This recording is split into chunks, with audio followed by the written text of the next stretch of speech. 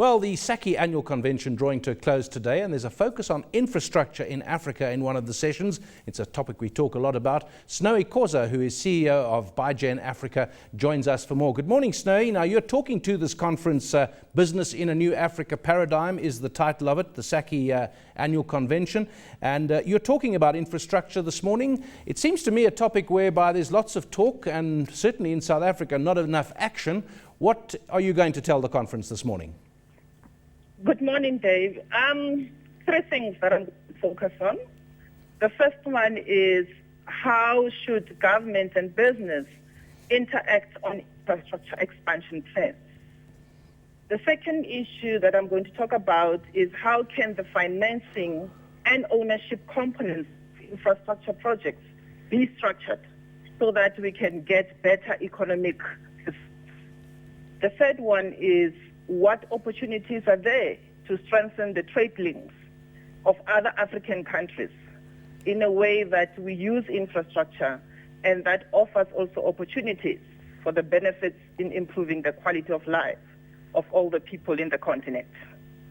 Okay, Snowy, let's go back to your first point. You talked about government and business, and one does get the feeling that they talk past each other sometimes, that each expects the other to do things which they don't do, and there's frustration on both sides, and possibly not enough understanding in business of what government has to do and the other way around. What do you think the problem is, and how close are we to solving this to unlock the potential growth in infrastructure spend? Dave, I believe that there's already cooperation and partnership between government and business, but we need to strengthen that and improve that. And a good example is the relationship and the partnership that has been demonstrated through the successful rolling out of the renewable energy program already done in this country.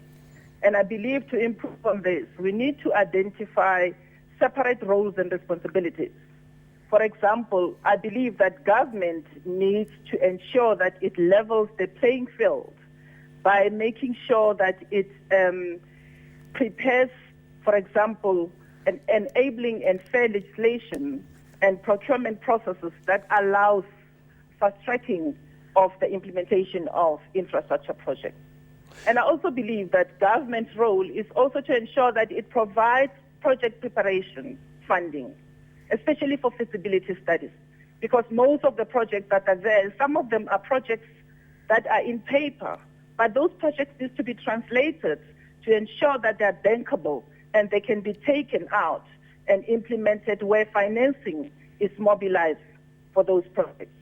The other thing is the issue about integrated planning between the private sector and government. But also the issue that you know what is happening in all countries across the continent, not only in South Africa, that we need transparency in processes, especially procurement processes.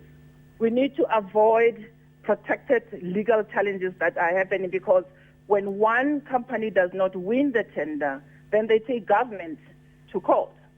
We need to build trust, especially amongst business and government. And also that government needs to ensure that it attracts and facilitates private sector participation through, for example, the use of giving guarantees. But also the business has a role and responsibility. I believe that as business, we need to make sure that we avoid collusive behavior. We have seen that happening in South Africa.